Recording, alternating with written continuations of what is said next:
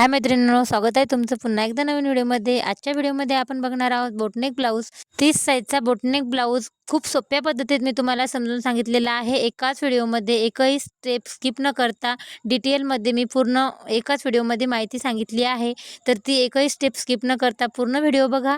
जर जास्त वेळ न घालता व्हिडिओला सुरुवात करणार आहोत। तर 13 आपल्या ब्लाऊजची तयार उंची आहे, तर 1 इंच ॲड करून आपण 14 इंचावर उंचीची मार्किंग करणार आहोत। बंद बाजूकडून आपण गळ्याचं मार्किंग ठेवणार आहोत। डबल फोल्ड कापड केलेला आहे आणि शोल्डर आपल्याला बोटनेक ब्लाऊज असल्यामुळे 6.5 इंच लागणार आहे।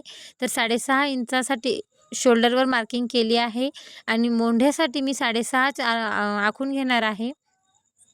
तर बघा, मोंढ्यासाठी उभी रेष ड्रॉ केली, तर चेस्टचा चौथा भाग आपण टाकणार आहोत 7.5 इंच आणि 7.5 इंचावर एक मार्किंग केली आहे।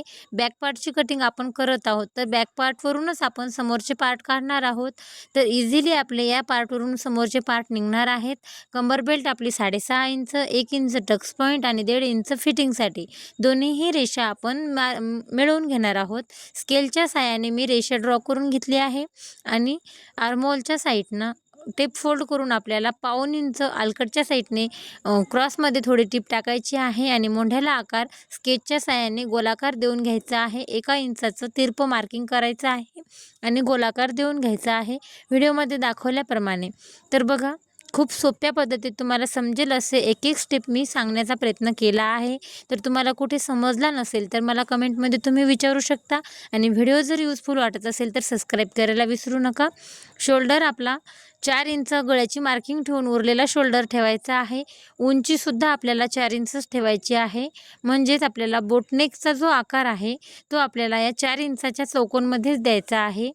तर बघा, असं आपण चौकोन गळ्याच्या मार्किंगसाठी केला आहे। तिरपी रेषा ड्रॉ करून आपण बोटनेकचा आकार देणार आहोत आणि एक स्टेप लक्षात घ्या, बोटनेकचा आकार देता वेळेस थोडा क्रॉसमध्ये शोल्डरच्या साईडने झाला तरी चालतो, कारण पसरट बोटनेक छान दिसतो। आणि 3 इंचावर गळ्याच्या साईडने उंचीसाठी एक मार्किंग केली आहे आणि खालच्या साईडने 3.5 इंचावर आडवी रेषा ड्रॉ केली आणि गोलाकार देऊन घेतला आहे। हे मार्किंग मी बॅकनेकच्या डिझाईनसाठी करत आहे आणि खूप सुंदर अशी बॅकनेकची डिझाईनचा व्हिडिओ मी अपलोड केला आहे। एकदा नक्कीच व्हिजिट करून तो व्हिडिओ नक्की बघा। तर आपण बॅक पार्टची कटिंग करून घेऊ आणि हाच पार्ट वापरून आपण समोरचे पार्ट इझिली काढणार आहोत। त्या अगोदर आपण टक्स पॉईंट देणार आहोत। टक्स पॉईंट देण्यासाठी शोल्डरच्या सेंटरपासून 3 इंचाचा आपल्याला टक्स द्यायचा आहे, खालच्या साईडने 1 इंच आणि जितका आपलं कापड शिलाईत जातं, तर बघा खालच्या साईडने पाऊण इंच थोडं कापड आपलं कटिंग करून घ्यायचं आहे दाखवल्याप्रमाणे, म्हणजेच आपली कमरेची फिटिंग खूप छान अशी इझिली बसते। आणि हा गळा आपण नंतर कटिंग करून घेणार आहोत पुढच्या पार्टचं मार्किंग झाल्याच्या नंतर। तर आपण कापड घेतलेला आहे आणि कापडवर बॅक पार्ट तुम्हाला दाखवल्याप्रमाणे मी ठेवून घेतला आहे। आता काय करायचं आहे, आपल्याला पार्टच्या साईडने आपल्याला जशास तसं मार्किंग मार्कर पेनच्या साहाय्याने आपल्याला आखून घ्यायचं आहे।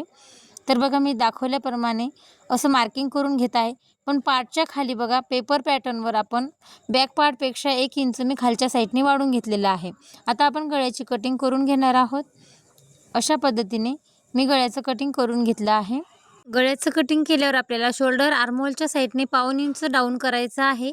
क्रॉस करून आपल्याला कटिंग करून घ्यायचं आहे। आर्महोल आपला जशाच तसा चौकोन आखून घ्यायचा आहे आणि आता आपण जे गळ्याचं कापड आपण कटिंग करून टाकून दिलं होतं त्याच्या साहाय्याने गोलाकार करून घेणार आहोत। अगोदर शोल्डरच्या सेंटरमध्ये टेप लावून टक्स पॉईंट काढणार आहोत। चेस्टचा चौथ्या भागात 1 इंच ॲड करणार आहोत, तो आपला पहिला टक्स पॉईंट राहणार आहे आणि 3.5 इंचावर 2 मार्किंग केले आहेत मी व्हिडिओमध्ये दाखवल्याप्रमाणे, लक्ष द्या।